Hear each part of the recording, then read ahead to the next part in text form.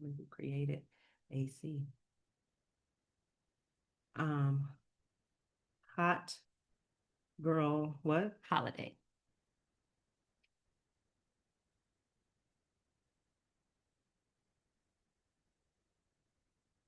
Honest. Open Oh, yeah. and transparent. Where did I get G from?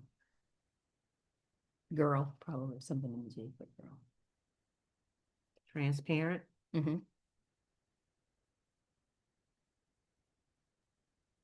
Hmm. Okay.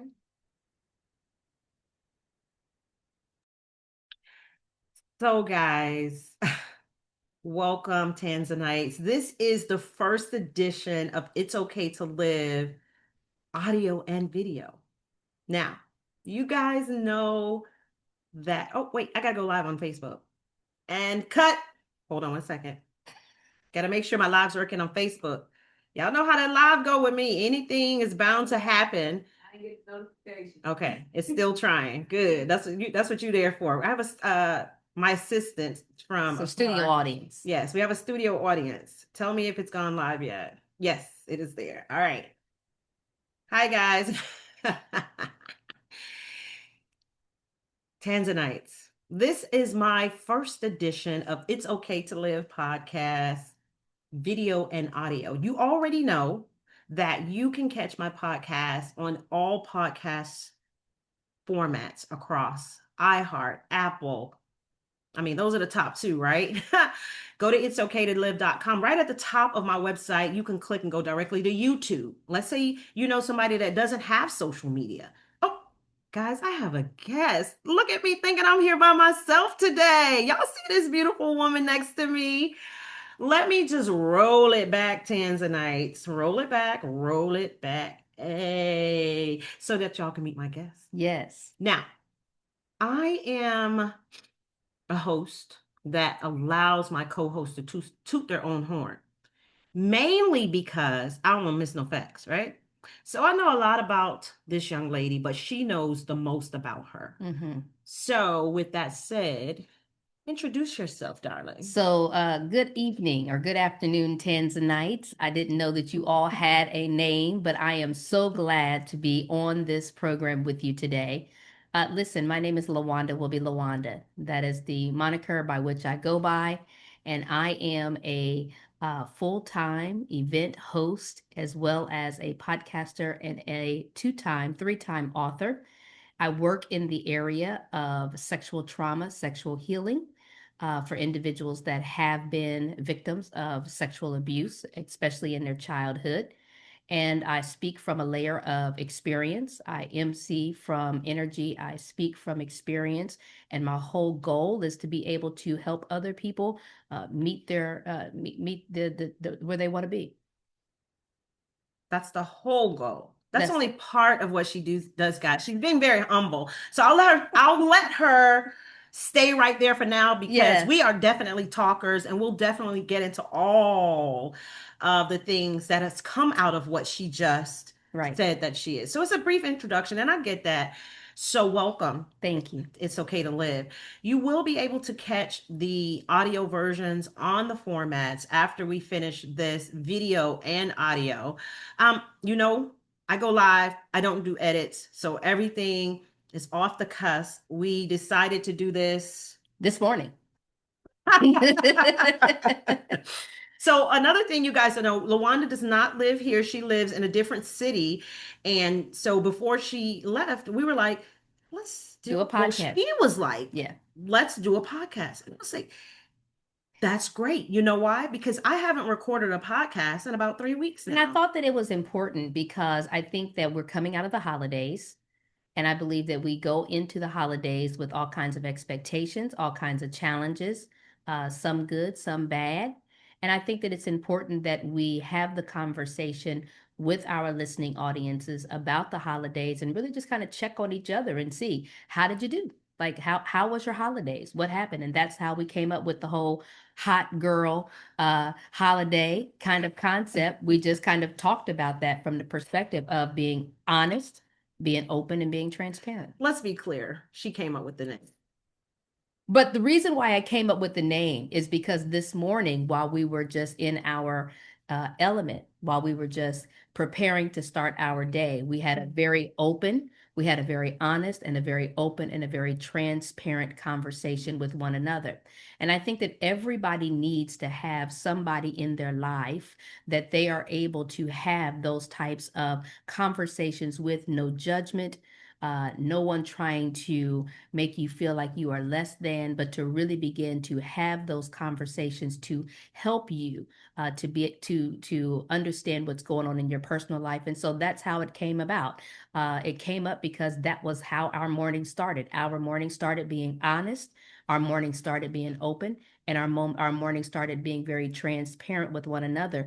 And actually, Tan is the one who started it because she came into my room that I am graciously using in her home. She came in and she gave me a hug just to let me know that she was here for me, that she appreciates my presence in her life, and that she also wanted to make sure that she communicated to me that she stood by me in the challenges that I have, that other people have, and that's all it takes. It takes individuals to help you know what is important and how you can connect with people on a visceral level.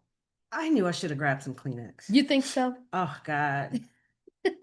First of all, let me just rewind just a little bit further. Okay. LaWanda and I are part of a club Yes, that no one wants to be a part of, right? right. I did not know this when I first met LaWanda, but I was very drawn to her. Being that it was an event I was hosting, I didn't get a chance to meet her that first time. And so me and my trauma brain just forgot. Mm-hmm. One day she posts about the anniversary of the death of her son. Right. So LaWanda and I are both angel moms. Yes. Amongst other things, hosts, entertainers. And it is very important for us to help that world as well. For sure. For sure. We have a lot of people out there that lose loved ones and still have to entertain, still have to perform. So a lot of the things that we're also going through, we suppress to help others. Absolutely. And that's part of being in the entertainment business. We can show up and still entertain, even though we have grief and challenges and things that are going on in our personal lives. But when you're called to the entertainment field, it's very natural for us to just show up on that level and to still be able to make other people smile when we ourselves may be breaking on the inside. All right. So the topic today to Tanzanites is I don't know why I can't get it. Maybe because I'm a little, you know, challenged when it comes to being a hot girl. You know, my inner hot girl is there, but I know that the church folks probably frown on it. So hot girl holiday. Yes. Tell me what that title means again. So for me, it was a very well, let me roll back. I made a decision this year that I was not going to continue to holiday the way that I have holidayed in the past. That I was going to make some decisions that were going to be for me and not necessarily based on the other people that are around me. I made some decisions that was going to free me, satisfy my soul, give me inner peace, help me to be able to transition through difficult times. And part of that was the requirement that I be honest about where I was in my own personal life and that I openly communicated those things with other people that were around me, and that I gave them a transparent understanding about why I am where I'm at. So it just became one of those moments for me where I made a decision that I was not going to do the same old things that I have always done. And for me, it was a challenge because there are a lot of people in my immediate family who disagree wholeheartedly with the posture, with the position, and with the position that I have taken.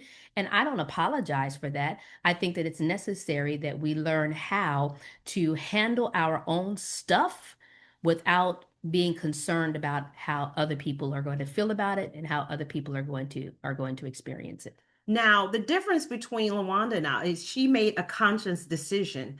This is the first year that I woke up not in tears from missing my son. Yeah. I didn't even recognize what was happening. I usually travel during the holidays, create a very busy schedule, and I didn't know I was doing it not to feel, Mm-hmm. right?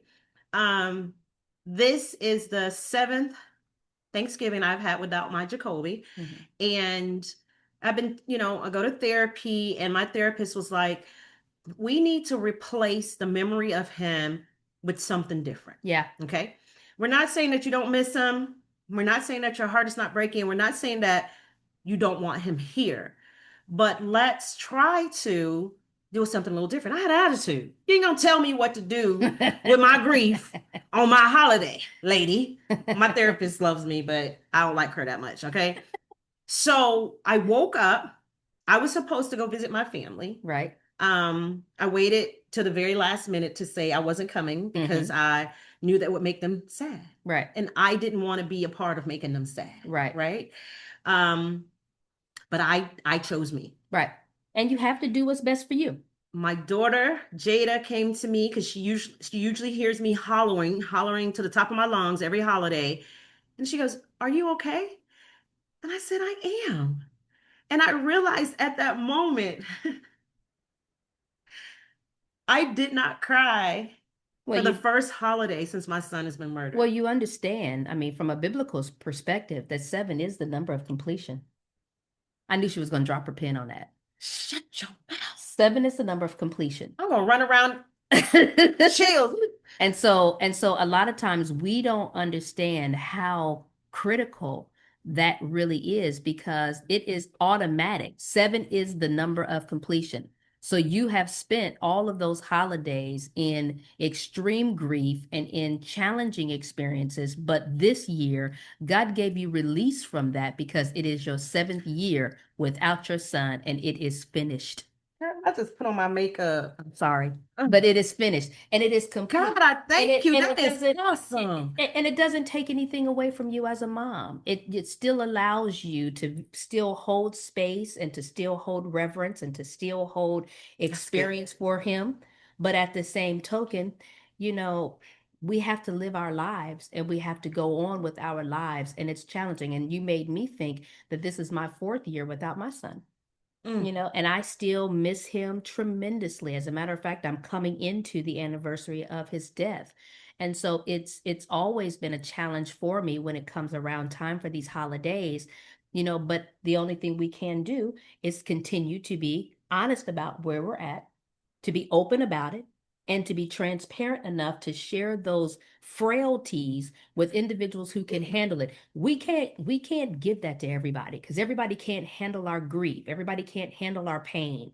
Everybody's not equipped to be able to handle the nuances that come along with having those types of experiences. So it's behooving to us to be able to connect with like-minded individuals that have the grace on their life to be able to allow you to be broken in areas that you don't really have understanding about, and to be okay having those moments where you can just let your hair down and say, you know what, this is bothering me and this is hurting me. It's okay. It is okay to what? Live. It is okay to live. So, hot girl. God, what I keep saying, hot girl. Hot girl That's holiday. the name of the song, Hot Girl Summer. Is it hot girl holiday? Yes, we are hot girl holiday. We are hot because girl we're in the holiday. holidays. Yeah, right? because we're in the holidays. And so, people come to holidays, especially families. Families come to holidays with all kinds of different experiences and expectations. For sure. And a lot of people don't come with an open heart, an open mind, to really be able to handle things that goes on in our family from a holistic perspective. I did a video yesterday where I was talking about families and how much stuff we hide. And we hide a whole lot of stuff behind the holiday pictures. But we are not talking about things that we really need to talk about in our family, so that everybody has the luxury of being healthy, of being happy, and of being whole. And we've got to get to that place where we're able to have those hard conversations with our families so that when we do holiday together, we're not doing it from a performative status. We're not doing it because this is just what we do. And we're sweeping under the rug the painful things in our family that we don't know, we just don't want to talk about. So when it comes to being an honest and an open and a transparent individual during the holidays, you will find that there will be a lot of pushback in your family because of that. And the thing is, people think if you're an entertainer that it just comes natural to you, that you just love to entertain and that you're always on. You told me something today that blew me away. You told me that you actually DJ'd your son's repast. And you were in complete grief, and everybody was having a good time. Everybody was partying. Everybody was having a good time, but you are literally in open, bleeding, wounded season of your life. But you were doing what you are already known to do, and that is to be an entertainer, because we can use that skill level, that entertainment, to cover up the reality of the pain that we're in. You guys that have entertainers in your family, please take a note here, because it's important that you recognize that just because the person has entertainment in their blood, they still bleed just like you. And to give them the space to be able to have those experiences without you desiring that they just continue to perform. Because believe you me, if we continue to perform like that, a breaking is coming. And will you be prepared to deal with that breaking when it comes? Do you have the skill? Do you have the power, the ability, the effort? Can you pick that person up when they really fall? Are you there yet? But until we get to a place where we honor honesty in our core families, honesty has got to be the thing. We hide so much stuff and put so much stuff under the rug that when honesty comes to the table, nobody knows how to deal with it, because we said it this morning, the truth hurts. And the truth also will make you free. Now that's good. The thing is about covering someone that is the entertainer, who is the performer, is that you'll always say, I didn't know. Yeah. So many actors, actresses, or entertainers, period, has look at the football player. Absolutely. Literally got a multi-million-dollar contract and killed himself. After practice, I believe, Yes, if that's how the story goes. Nobody even knew. And you see that over and over again. You see people in the entertainment world that look like they got it all together. They are on for the camera. Ta-da! But behind the scenes, depressed, emotive, don't have anyone to talk to. People got their hand out. Everybody's trying to get something from them, and they don't have an avenue to be able to release that pressure. That's why we are advocating today that you also have a hot girl holiday or a hot man holiday. Learn how to be honest. Learn how to be open. Learn how to be transparent. And if you don't have those people in your life that you can do that with, please find some new people. Because there's got to be a way out of that depressive mode by just making a concerted decision that you are going to surround yourself with people that you can be open and honest with.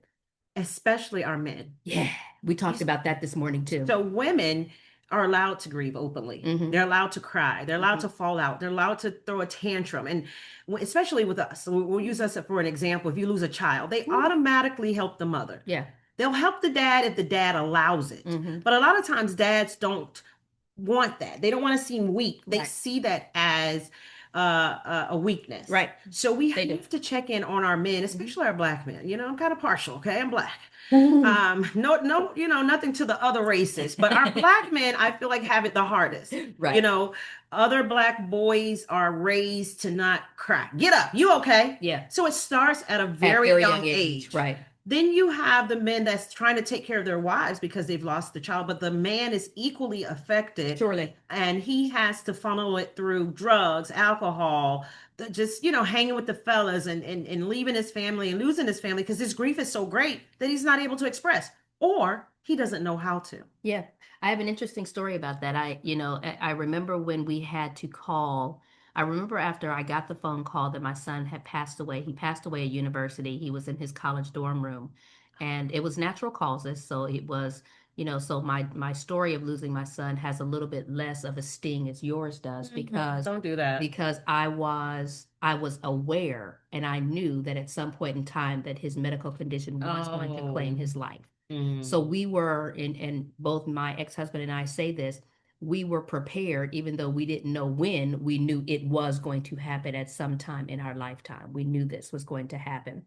So when we got the call, and, I immediately am headed down to the university to be able to, because I wanted to see him. I wanted to know, did he fall in between the toilet and the bathtub? Was he hurt? Was he scared? Was he alone? There were things that I wanted to know as his mother. But I remember having to make the phone call to the family, and specifically to call my mother, and how we him hauled away. Like, we were making secret conversations, secret phone calls. I'm calling people in the city where my mom is at, go to her house. I need to break some news to her, and we are coddling this moment for my mom. But my ex-husband is an over-the-road truck driver and was in California. And we just picked up the Mm. phone and just blurted it out like, boom, Mm. He Dewan didn't have a died. support And system. he didn't have a support system. He was out on the road Mm. now, and he did let me know he made it from California back to the city that he was in record time. But it was interesting how we did not take the same kid gloves. We didn't take the same kid mittens to let him know. And that was his seed, his only son. So we didn't take that kind of care and concern and breaking it to him. We just told him, and he was on the road. Anything could have happened. He could have had a massive Mm. heart attack. For sure, for He could have sure. he could have ran off the side of the road. And so when you're talking about men, and them not, and us thinking that they don't have emotions and they don't have feelings, we've got to stop that. And we have got to learn that even though they don't have the space to express them the way that we express them, that they still have feelings and emotions and things like that too. I just talked to my ex-husband today. We had this exact same conversation. It appears that way, but they do have emotions. They just express it in a different way. For me, I always say that men are more emotional than women. Really? I do. I just think Mm-mm. they never got the outlet to express themselves. I agree with I you. think because and maybe it's equal, but because we are more allowed to express our emotions, we Mm-hmm. get called the emotional creature. I Mm-hmm. mean, they say it's in our DNA, blah blah blah blah. But Mm-hmm. I've seen some very emotional men. Yeah, I think men kill more than women. If I'm not wrong, I have to Google it. That shows a bit of emotion. That shows a bit of that's uh, rage, though. it's an emotion. Truth. So when you think emotional, you're thinking crying, Yeah, throwing tantrum. Theirs funnels a different way. You know what yeah, I'm saying? If the man that gets fired, he comes back to kill his office. How often you hear a woman doing that? yeah. I don't think I have, to be honest with you. Yeah, That is a response mechanism. It is an emotion, but it's more of a rage. yeah. Um, But what an interesting conversation. but the main point I'm trying to make is it's not acknowledged. Yep. You know, I've had a man recently tell me, why complain? Women are just going to throw it back in your face. They are just going to use it against you later. You might as well just keep it to yourself. Right. That's got to be awful. Yeah. You know, I know they have more heart attacks than women, Yikes. you know, Yeah. because they are not allowed. So if you have a man in your life, especially a man that has lost a child, Yeah. check on him. If Yeah. he's lost his mom or dad, check on him. If Check he's on lost them. his best friend, his brother, his sister, Yeah. check on him. A niece or nephew.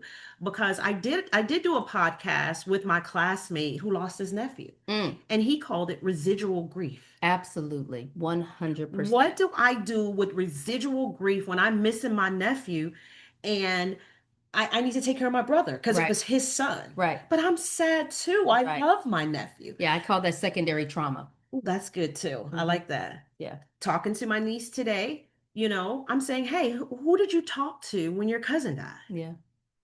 Yeah. No one. She was young. You know, my daughter, she was going to school. She was school age too. Both of my nieces are here. Hey, studio audience. They're in the studio audience. It just made me realize I need to get back on my Jacoby's heart journey. Yeah. Um, I used to connect with everybody through Zoom, and now that I got Zoom on Black Friday, yeah, I bought something on Black Friday. Me too. I got Zoom on Black Friday, y'all. I got I Zoom had to too. come back. I had to get my own Zoom. I couldn't keep borrowing people's stuff. We didn't. Forgive me. Don't tell the masses, We didn't go to Target. We didn't go to didn't go Target. Target or the other DEI places, but I think we weren't supposed to shop at all on Black Friday. My bad. But I did get Zoom now, so I truly have no excuse. So I'm going to hold myself accountable, Tanzanites. Yeah. That I am going to start the youth edition again, and it'll be via Zoom, and you guys will just have to help me get the word out for the youth, because Yeah. that is my heartstring. You know, when that happened today, and I was a privilege to actually see you do that check-in with your niece, and I thought when I saw you do that, my immediate reaction was, that is wonderful. Because so many times adults do not give the young people an opportunity or a platform to actually say how they feel. And it was just the way you approached it. You unguarded her by the way you slid it in. It was nice and smooth the way you slid it in. Like she was caught off guard to the point where she didn't have a choice but to answer that question. And I believe because I was sitting next to her, I could feel the energy that was coming off of that situation, because you were right. What you were saying was correct. And I could feel the energy from that. And I do believe that that really did something to her that says somebody cares. Ooh, that's a whole campaign that I'm running right now. I think it's very important to be in the know, be in the realm of young people. Families, right? Pay attention to this. In church, the youth don't want to come back because typically they're being barked at. You got to do it like this. You do it like this. Read your Bible. Blah blah blah blah blah blah. You don't read your Bible. That's a story for another podcast. Do as I say, not as what I do. Okay. And it's a reminder for me as well that when I taught Sunday school, high school age kids, the parents would always say, my kids say, get up, mom, take me to Sunday school. So sometimes we allow our gifts to go dormant when it's a result of what we really should be doing. So it was a reminder to me as well. And to see her reaction to that, let me know that it's definitely needed. So thank you for that.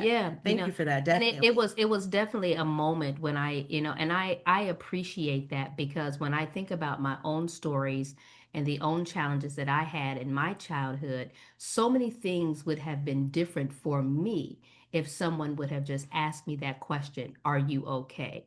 We put far too much responsibility on young people to come and tell us what's going on in our lives when there is no interest that is being put there. They have to go to school. They got to get good grades. They've got to show up. They got to stay away from the boys. They got to not get pregnant. They got all these responsibilities that they have to do. But is anybody asking that child, how are you? Period. Not how are you, and just not with a whole lot of other stuff, but just how are you? And maybe perhaps if we started doing that, we would be able to have a different youth population that we have right now, because somebody does have to care. And here's the thing with that. A lot of times teenagers are acting out. Absolutely. They automatically get labeled ADHD, fast, mannish, disrespectful, when they're really trying to funnel that grief. Even if they lost a grandparent, or their parents have separated, or their parents don't live in the same area, or if they even have to take care of their parents and they don't get to be the child. Parentified children. So it's something that they grow into because they love their parents, right? So it leaves them no room to grieve the fact that they have to do this. And some of them, not to tell nobody's business, said they have to take care of their grandparents. They have to make sure that their grandparents take their meds every day. What? Right. You know what I'm saying? And on top of worry about your own grief for not having the family dynamics that you want, your cousin has passed away, your grandmother has ill, or whatever else that these kids have to worry about, or even young adults. It's a lot. And then you're competing with what you see on Instagram, and it's being funneled as real life.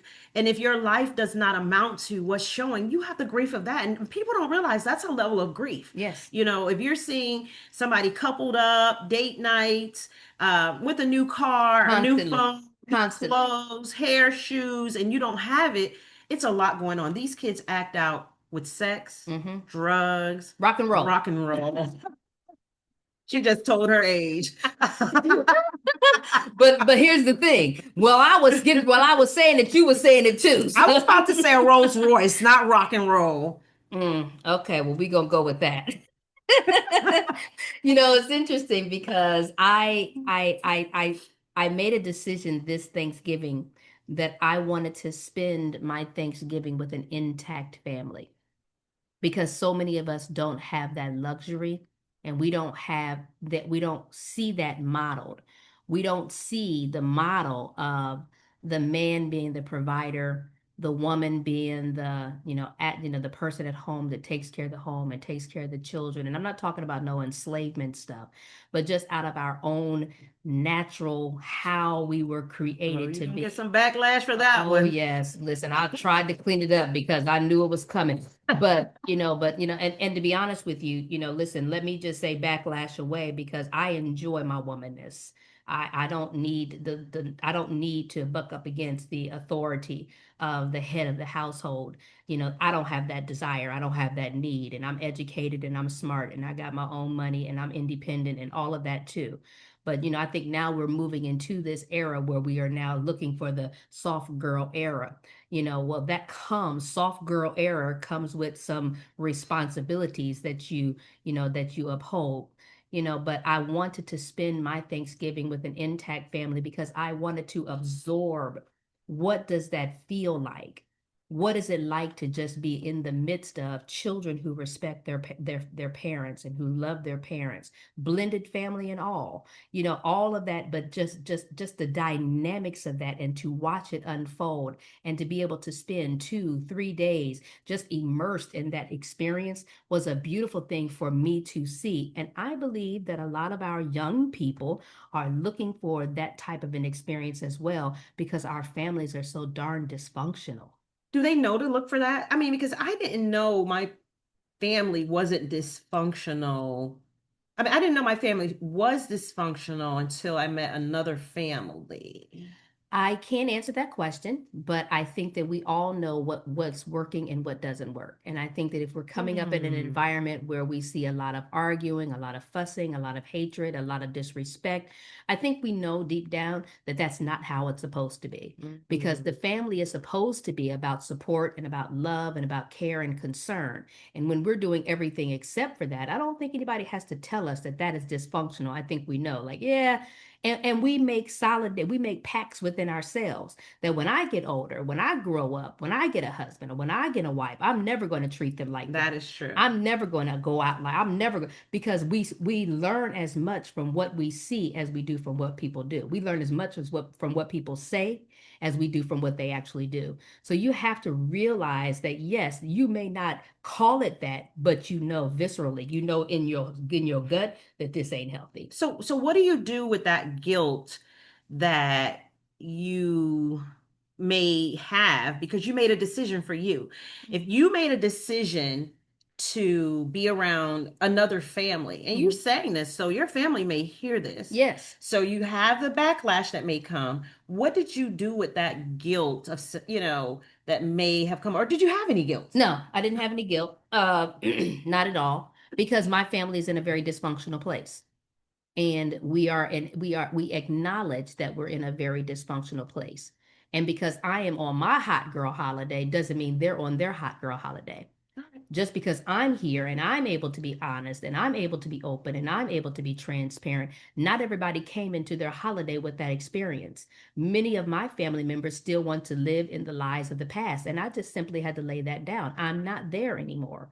And not only am I not there, but I paid thousands of dollars to not be there. Huh. I had to go lay up on somebody's couch and really go through the process of doing my work and getting healed from childhood trauma that I had to release. And I was determined that I'm not going to continue to do the same things that I've done and expect a different result. It doesn't take Einstein to tell us this. We already know that that's insanity. I'm not going to continue to put myself at the mercy or put myself in the situation where I am constantly trying to please and people please other people while on the inside dying because I don't have the ability to actually tell the truth. When you step into truth, you will carry truth with you no matter how far you have to go. And you will not look back. You will make a decision to actually tell the truth. So, that is a very good segue into figuring out what are you actually saying? Like, why is your family? I mean, I already know, but I want my Tanzanites to know. Tanzanites. What has caused this Yeah. break? I'll call it. Yeah. So I can tell you that, and again, what I'm about to say is not necessarily meant to trigger anybody, but it is meant to trigger somebody. And I know that that's a crazy way of saying that, but we are about to enter into a part where we talk about childhood sexual abuse. And I am very clear that I have a assignment on my voice to deal with this particular situation from a holistic perspective.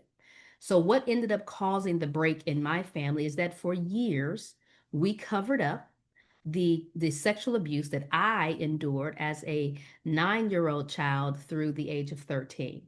Now, I wasn't like, the people that you see on the internet right now that's having this whole tell somebody campaign where they are now telling people about the abuse that they suffered. I already knew, or the abuse that I suffered was known. It was seen. They already knew that it happened. So I didn't have to go and tell somebody. But the challenge was that they were very angry and very upset with me because they wanted me to keep that secret, even though that secret had to be exposed. And so that's the reason why I came into a place where I realized that I was no longer able to keep that thing a secret any longer. It came as a result of a trigger. And I had sat at the Thanksgiving table for 37 years prior to this trigger happening. I had sat at this Thanksgiving table for 37 years talking about past to potatoes with the individual, with the male who molested Jesus. me as a child.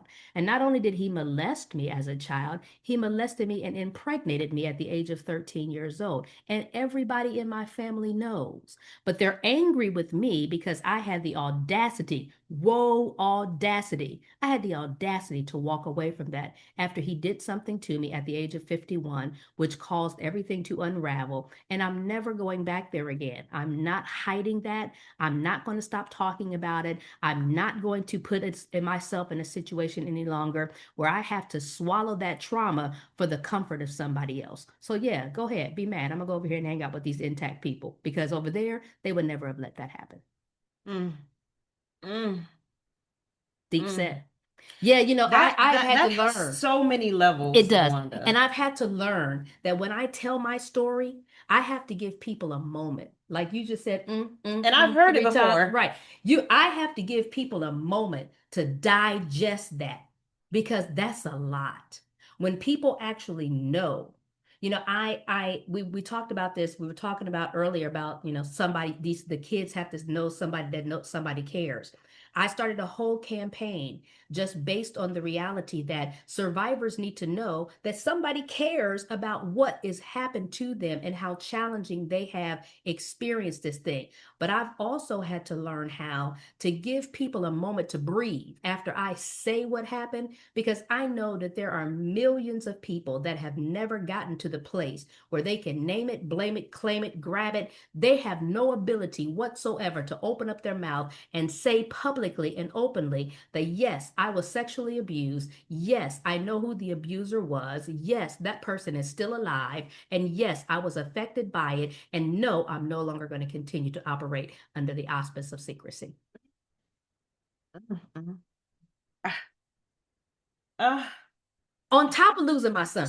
uh, It's like I'm talking gut punch after gut punch after gut punch, and still have to wake up, show up, go out, do my work, entertain my crowd, plan it right and do all of the other things, I still have to operate my life. So when I start making decisions to not go back to that table and decide to pass Thanksgiving potatoes around with people who don't want to, just at the basic level, acknowledge truth, I'm gonna go ahead and have my hot girl holiday someplace else. So, just for my Tanzanites, what Lawanda's book is about Yes. is what happened to her. Yeah. Um, from the age of 9 to 13, she was sexually abused. The main thing is, statistically, it's someone that Yep. someone in the family. 98%. 90, 94% of sexual abuse victims know who did it. In Lawanda's case, You can tell them. it's her mom's husband, which was her stepfather at the time. Whoa, hang on. What's wrong? Yeah, no. Because I never acknowledge him as my stepfather. He is my mother's husband. Okay. He has That's why I started out. But it's always been. I wanted to bring home that at the time, as a child, He was the boyfriend. he was the boyfriend. Yeah, he was the So boyfriend. your mom married him after the fact? After the fact. 7 years after she walked in and saw what she saw, she married him 7 years after the fact. And so what I was required to do as a child, I was then required to accept, this is some deep, deep stuff. I was then required to accept his presence in our life because his presence in our life had more value to my mother than I as a child did. I didn't have a pension. I didn't have money that I could throw at that problem. I was a kid. And so I was devalued and really pitted up against an income of a grown man. And that was how I was sacrificed. Lawanda, we talked about this several times. I've never asked questions because it's just so hard. It is. I want to know as a child, if you can recall, after having to get rid of the baby, how it felt to have to be in the home. I wasn't. Okay. So the challenge of it is this, that as a child, I didn't even have a experience because I didn't understand what was happening to me. I make this notation that the 13-year-old in 1983, when I was 13, is different than the 13-year-old in 2025. In 1983, the 13-year-old that I was still watching Curious George and Great Bait. I was not doing what 13-year-olds today do because they're exposed to so much more. So I didn't really understand what had happened to me during that time. But after the termination of the pregnancy, I was sent to live with other people. I was not accepted back into the home. I then had to go and live in halfway houses. I had to go and live with aunts and grandparents, and I was consistently shuffled back and forth between different people's homes because I was blamed. I was blamed. And so, and today I'm 55 years old and I still get blamed. I got blamed this morning in your house. I'm on the phone like, am I hearing what I'm hearing? Because can I just be clear? And I want to look dead smack in the camera when I say this, because I want everybody under the sound of my voice to know this. The child is never at fault. The child is never at fault. I wanted to lean in and say that. And I don't care if you're talking about a child in 1983 or a child in 2025. The child is never at fault because the adult is supposed to be the adult. And at the end of the day, if that adult is taking advantage of a child, they're the ones that are at 100% at fault. And I don't care what that kid was doing. That kid is still a kid. And to this day, nothing was ever done. No, nothing was ever done because we hid it. And there are a lot of people who get very angry at me that love me when they hear me use the word we, because that includes me. One of the things that is happening to me right now is that the constant banter that I'm hearing in the background from those who disagree with me, the banter that I'm hearing is, but why didn't you say something sooner? Because I'm like, because I didn't have to, because we already knew. This is not a secret. Like I'm like, and then I come back with the exact same question. Well, why didn't you? Because there are so many people who keep asking the child why the child didn't make a move. But there were tons of adults, one in particular that I was speaking with today. You were there and you knew, and you didn't do anything either. See, there's this thing called Child Protective Services, right? That don't protect nobody's kids. Yeah, they do. They do good work, but but sometimes, but we do know that there are problems in the system, that there are challenges in the system where the system doesn't always work. So there was a fear. Part of what kept me silent as a child was being told that if I said anything, that we would have to go and live in children's services, and that me and my core family, my sisters, we would be separated, and that we would probably end up getting with someone who would be mean and nasty to us. And all of those stories are going around. And, so that was one of the reasons why I didn't say anything. But it's interesting because the adult that I was talking to today that's trying to intermediate this situation, because it is an ongoing battle where I am flat footed and saying, no more, I'm not hiding this any longer. I'm going to write my books and start my organization, and I'm going to help other people get to the point where they're able to articulate out of their own mouths what happened to them so that they too can grow. I'm dedicated, and I've dedicated this experience to that. But it's like that the reason why she's explaining to me that she didn't is because she was afraid that children's services would come and take me and my sisters away.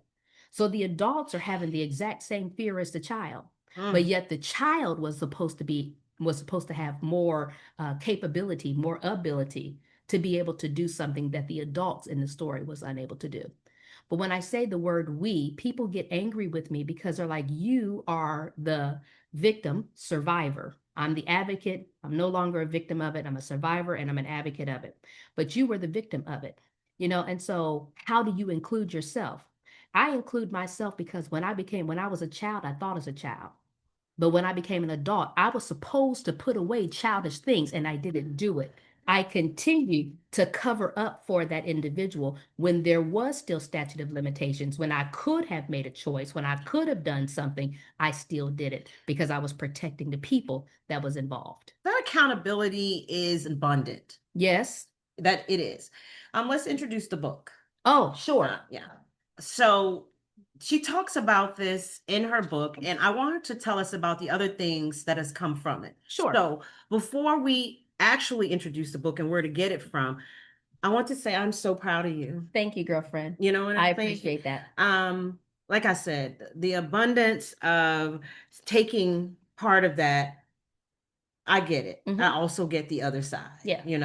I think by saying we, Yeah. it helps the journey Yeah. a little more. Yeah. Because you rather be a survivor and not a victim. Yes, exactly. All right. So tell us about the book. So the name of the book that I've written, this is the first book in the 38 Files series. You will hear me oftentimes refer to the number 38 in this book. And I don't know how clearly you can see this, but this is the cover of the actual book.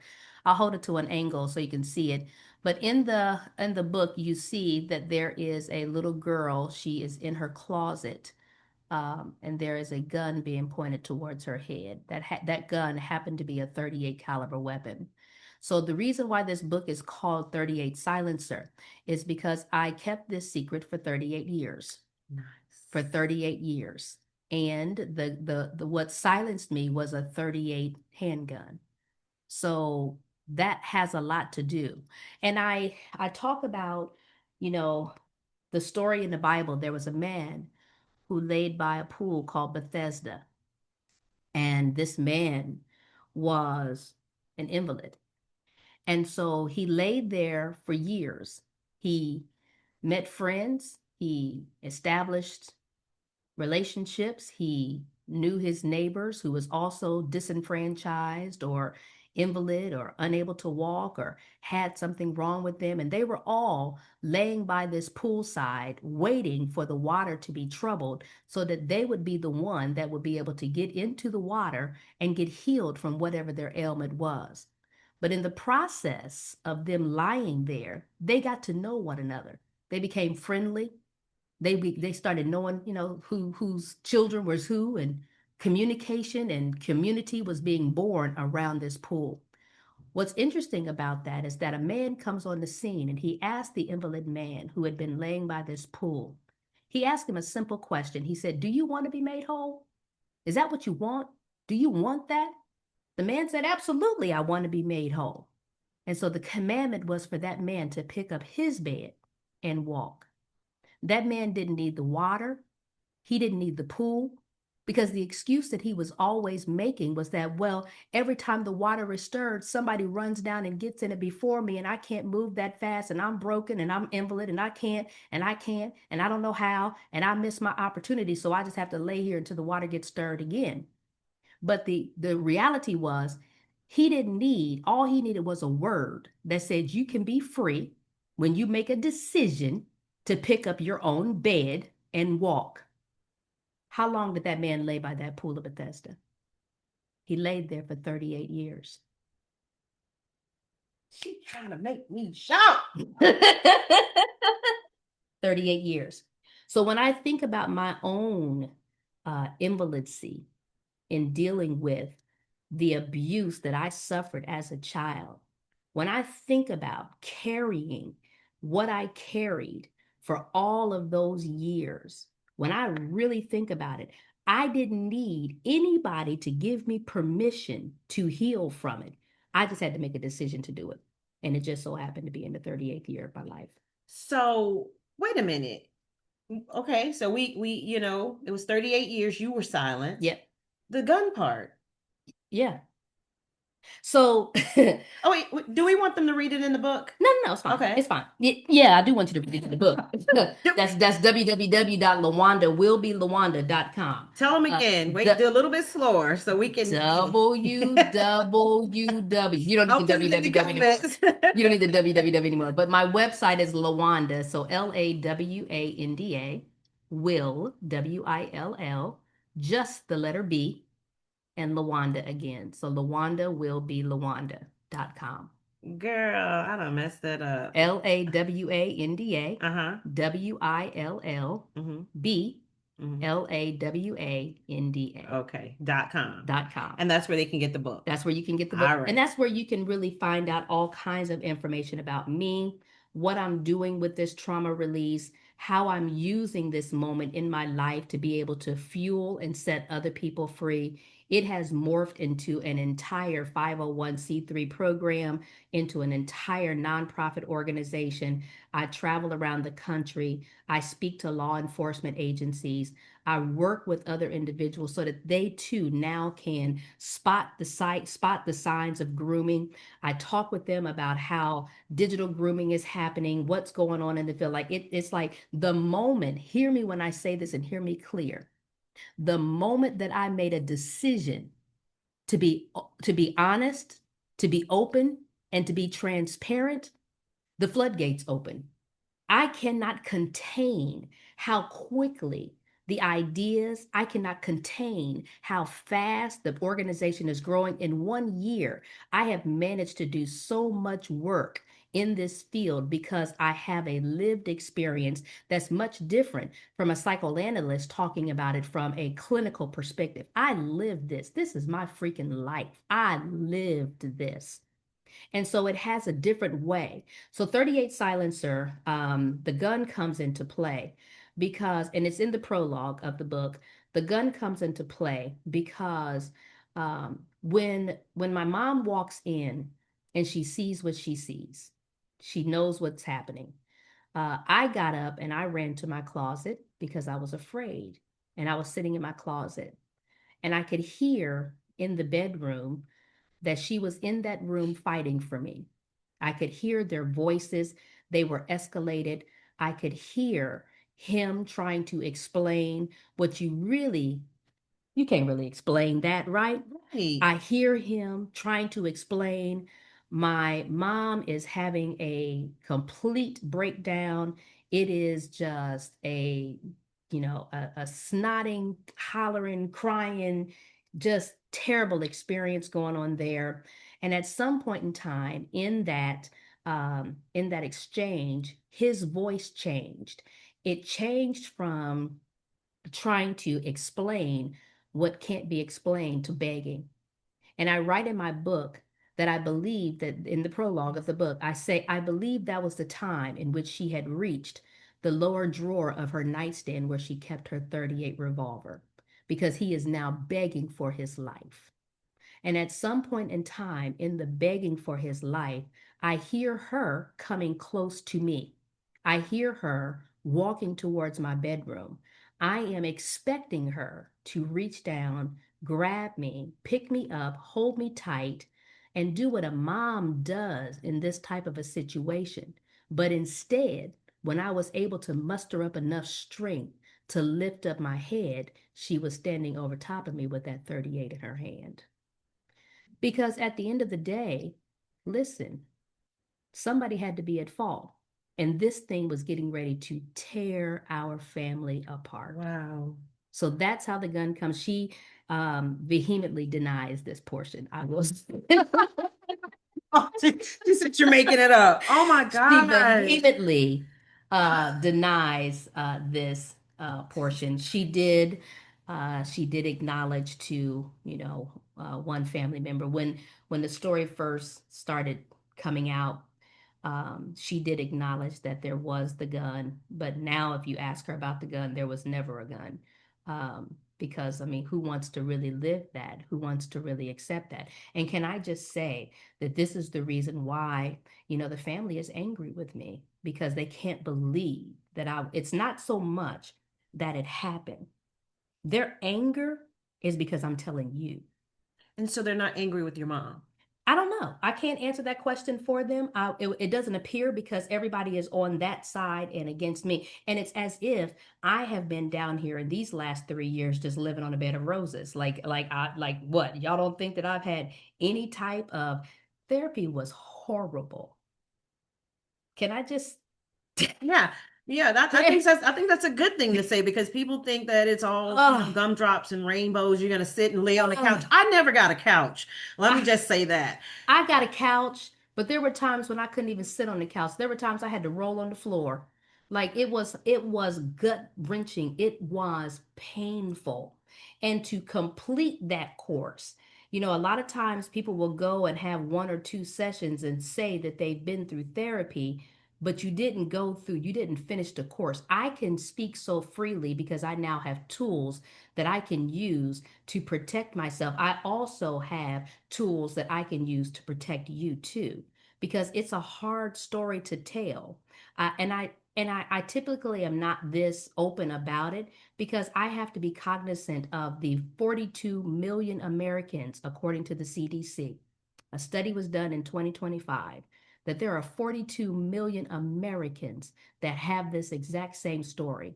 And they 42 million? 42 million Americans that have this story. When you say same exact story, are you saying that the mom's boyfriend? No, I'm saying that there are 42 million Americans with childhood sexual abuse in their Gotcha. lives. So it doesn't, because see, it's not always the boyfriends, it's not always that, sometimes it's the uncle, sometimes, and let me be clear, sometimes it can be the aunt and the sons. It's not always the male on the female. It can be the females on the male as well. It can be male on male. Predators are everywhere. They're everywhere, and they're not going anywhere unless we begin to expose them and we stop normalizing them. The challenge that I have right now in my story is the reality that we normalize the predator, but we ostracize the survivor. And I am being ostracized like nobody's business, because I have the audacity to tell this story out loud, which I would have never done. I only did it because there was no desire in therapy to help me heal. So, one of the things that therapy does, and those of you who have been through therapy can attest to this, a lot of times people think that therapy helps you to suppress whatever it is that you are going to therapy about. But what therapy really does, therapy uproots stuff. Therapy brings stuff out of you For that you sure. are trying For to sure. that you are trying to suppress. So what ended up happening with me was therapy began to bring that thing up and out. And when it came a point in time for us to have our family meetings to say, hey, this we've got to deal with, that was met with, we ain't dealing with this because we don't talk about that. Well, what then do I do with all of that up and out? It needed an outlet. So where did it go? It went into books. And it really wasn't designed initially to be published. It was really for me. But then after a while, it became a published work because I realized that I now have a responsibility to be able to help other people who also have this story find a way, find the courage, find the ability, find the need, find the outlet, find the roadway, find the map. I have a responsibility to now help individuals tell this story and take the shame off of it so that they can be free. For sure. And that's what I'm going to do. So let's talk about responsibility. Because Yes. that goes back to you saying we, right? Why is it your responsibility? And you're the victim. I think that the honest to God truth for that is that I just wanted to shoulder some of the weight. And I know it's not mine to take. It's just an act of grace. It's kind of like, I know. It's an act of grace. For sure. It's kind of like, because one of the things that I'm constantly being labored with is the question of why did I wait until now and why didn't I do something sooner and how come you were so friendly with this person? Because keep in mind, this happened, but forgiveness is a beautiful thing. And so for those 38 years, I was not living in terror. I was not living in trauma of this individual. Yes, I had things that I did that I used to protect myself. For instance, one of the things that happened was when I moved to another state. I moved to Florida about 20 years ago. And so one of the things that I noticed that when I would go back into the trauma experience, that was when I was able to acknowledge that it was abuse. But while I was in it, it didn't really seem like that. It just seemed like it was something that happened that shouldn't have happened. And everybody was so good at cleaning it up and sweeping it under the rug that we didn't really talk about it. So, and I had so many other people that were surrounding me that helped me to keep it quiet, that help keep that thing under wraps. Like we worked hard to keep that thing under wraps to protect the names that was associated with it. So I noticed that when I would start to go back, I would start to have some kind of like, some moments, and I wouldn't spend any time in the city. I would go in on a Friday and I would fly out on a Sunday. I didn't spend any time there. And when I was in town, I had certain things that I did automatically to protect myself in that type of an environment, in that arena. And of course, what ended up happening and caused all of this to come out is that during one of those trips, my first time on an extended trip to the city to be able to assist with the medical need, that was when the pedophile of my story, the predator of my story, decided to reviolate. And unfortunately, he caught me at 51 and not 13. Okay. So there's a different level of fight on that, sister, right there. Different level of fight. All right. So the book 38 Silencer talks about what happened. What is it? Is this the one? I know you have a guide that you help. Is it in this book or is there other books that you have? No, so 38 Silencer, and I started this conversation and I lost it. 38 Silencer is the first book in the series of the 38 files. There's this one, 38 Silencer, and this book takes you up from the grooming process up into and they got married. And I cut it off. And the reason for that is because if I would have printed my entire story in one book, it would have been 400 pages long. And child, we ain't read no 400-page books no more. So this book is, I believe, 130 something pages. That'll give you, I can't see, I ain't got my glasses on. Do you? 173. Okay, so this book is 173 pages. Is there an audio version yet? Not yet. It will be because I'm a voiceover artist, so you would think it's but I'm waiting. Throw that in there. But I'm waiting because I want to get the whole series together before I actually start doing the voiceover, but it may happen sooner. The next book in this series is called Surviving the Help. And it has a funny story to it, and I'll share that in a moment, but it's called Surviving the Help. And that book takes you from the after the marriage up into the point of the trigger. So that takes you through the full 38 years of hiding this situation and keeping it under wraps and managing it so that that secret doesn't get loose, and what that looked like for me. That book is 3/4 of the way written. It should have actually been released on August the 22nd, which again is the birthday of the predator of my story, because I believe in making sure that I give back his baggage. You know, he gave me some baggage and I give it back to him on his birthday. Like, here you go. You can carry this the rest of the way. I see a Netflix special in the future. Yes. I just need to mark this on camera so that I can be a producer or director and get some credit for this. So, and this is my first time actually saying this openly. So, you know, there are several people who know this. In 38 Silencer, I changed the names of the characters in the book. And I make no mistake about it. I typically don't in live interviews, but we did not preempt this conversation. So this is just us talking. But I typically don't reveal who the individuals are on camera. I let you read the book. But chapter 1, line 1, verse 1, I tell you exactly what you just found out. It is my mother and it is her boyfriend. I tell you right off the bat. So interestingly enough about this, in Surviving the Help, well, I take it back. I changed their names. The mother's name in the book is Avarice. The real pronunciation of that word is avarice. So Avarice, avarice. Avarice means extreme greed for material gain. That's what avarice means. But I call her Avarice because that sounds more like a name than avarice. And his name is D-Ray in the book, which translates to chaos. And good God, did he bring chaos into our life? Wow. Just chaos from the moment that he stepped on the scene. Because, he had a type and he only dated women with girls. Only. He only dated women with little girls. So he probably did it He before. did it before, and we know he did. There's a chapter in the book where we talk about, having discovered that he had done it before. So I am not his first victim. But yet I'm still blamed. Even though we know I'm not his first victim, I still get to blame because no one wants to just deal with the reality that there's a pedophile amongst us. But during that time when I was growing up, my mom had some T-shirts made for us. And this is going to blow you away. These T-shirts, I'm already blown away. I know, right? They were burgundy T-shirts. She hates these shirts today.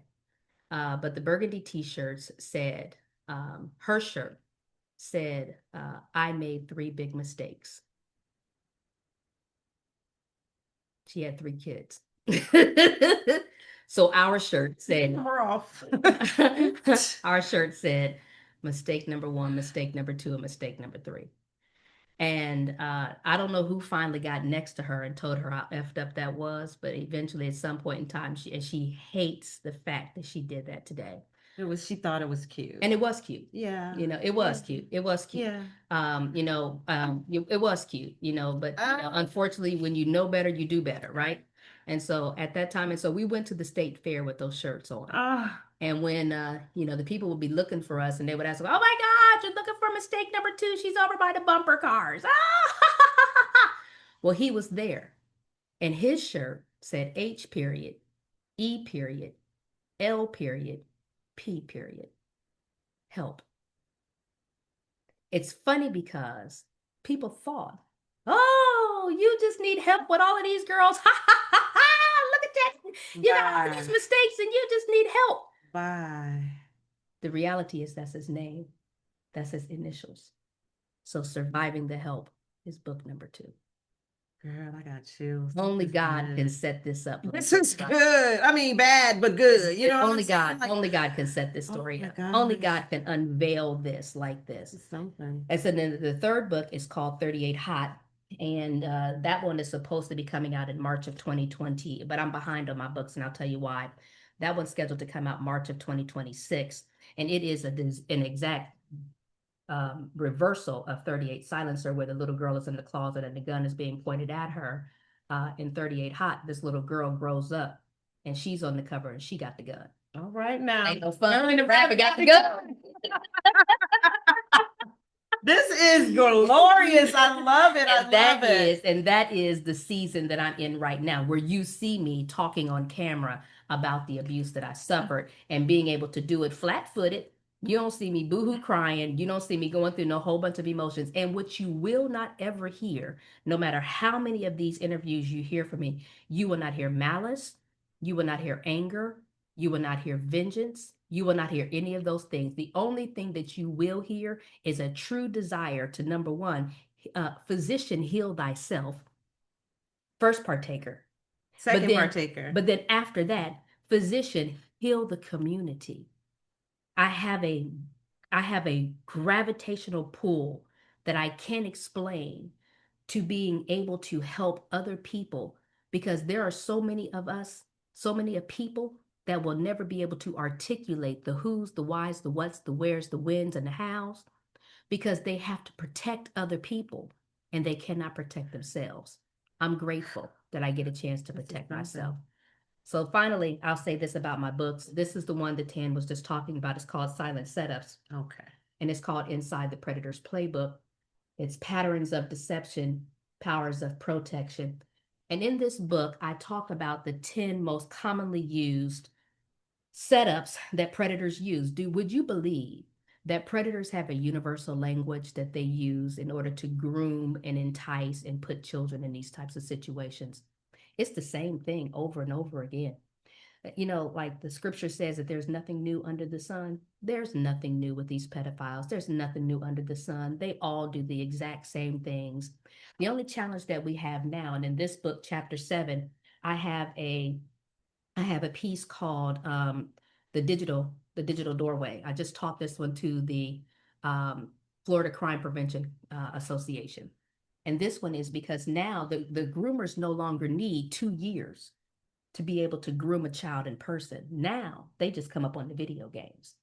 Now they just come up on their devices. I heard about that with Roblox. Yeah. Oh, Roblox is the major one. You know, Roblox is being sued right now for that. You know, so parents need to be aware of that. So the reason why my books are behind right now is because this was not even on the trajectory. My whole series was the 38 Files. Silent Setups was dropped into my spirit by the Holy Spirit. Let me be very clear. This is not Lawanda in and of her own self. I acknowledge the presence of the Lord in my life when it relates to this work that I'm doing. So this was not even on my trajectory. And all of a sudden, summertime in June is coming up and kids are about to get out of school. And me and the Lord was just having a conversation and he just dropped Silent Setups in my spirit. So I printed up the 10, most of which I dealt with in my own self. But what's really unique about this book is that in the back of the book, for about the last 30 or 40 pages, I actually print the statute of limitations, state by state. State by state, you probably can't see that on camera, and it's probably backwards, but state by state, so that you know what your rights are in order for you to, when you can come forward. Now, obviously, you got to do your own research and get your own attorney. I'm not an attorney. I'm not a law professional, but I was able to come up with this research and at least give you guidelines that you can look at, that you will be able to say, I have until this amount of time if I need to report this, and how you will be able to recover. There are some states that cut you off at the age of 18. There are other states that never cut you off. There are some states that you can go to and they will prosecute. They don't care if you're 89 years old. And if that sucker's still alive, they will go get that sucker and put him in jail. But there are other states that give you no.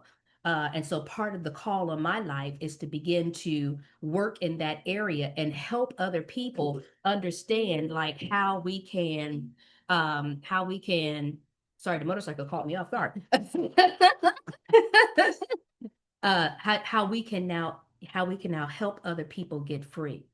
One of the biggest things and one of the biggest hurdles that I have with this, you know, because you now know it's my mom, but you know, it's okay. It's okay. One of the things that I consistently hear is, but that's your mother. As if I don't have the right to do this because this is my mom. And I do have that care, love, and compassion and concern for her. But at the same token, I have a responsibility to have care, concern, and compassion for me too. And I didn't do this to me. At the end of the day, I did not do this to me. So it has been a challenge for everybody involved on how we move forward from this. But I wanted to make sure that I put it out there so that other people have a understanding of what they can do. This book came into play because the kids were getting ready to go to summer camp. The kids were getting ready to be out of school. They were getting ready to be playing those video games all day, every day. And I needed to warn somebody what it looked like to have predators in your midst. All Like I right, said. girl. We are at the end, Tanzanites. It came before we even knew it. Miss Lawanda, I want to thank you for your transparency, Hot girl. for Hot girl your holiday. for your hot girl holiday. Hot meaning. Honest, open, and transparent See, y'all thought it was gonna mean something else. I with your naughty selves. I put her website in the comments if you want to get her books, but also if you want to have her speak Yeah, at your church, your organization. She travels all over. I mean, do. they're calling her from every ends of the earth I right just I now. just left Reno, Nevada. That was really cool. I just left Orlando. I've got a couple of more for 26 here planned. But 25, but 2026 is definitely the breakout year for the LWBL mission. That is the Lawanda Will Be Lawanda mission. And and I do need to say this. I do have, and I mentioned it twice. There is a campaign that I currently have called, and we'll put this in the link too, but it's called the Somebody Cares campaign. This is a t-shirt that you can buy that helps support us for the area of continuing out this conversation. It's a t-shirt fundraiser. The front of the shirt says "Be Somebody," somebody who cares, and the back of the shirt says the person wearing this shirt is somebody. So can we count on you to be somebody that cares enough about the survivor story, that cares enough about, childhood sexual abuse, CSA? Are you the person that cares enough to make sure that we don't continue to have this kind of fight? I have a responsibility to help the generation that I came from and protect the generations that are coming up behind me. Hey, Tanzanites, this was awesome. You guys know I usually only do about 20 minutes, but I wanted this information to get out. I wanted to get out as authentically as possible because I could have told you about the books, but just to get an insight on what is going on has always gone on. Yeah, And yeah, you may know someone that this has happened to. Um, Lawanda is someone who cares. yeah, She is using her pain for purpose, yes. her journey to help each and every individual that she can.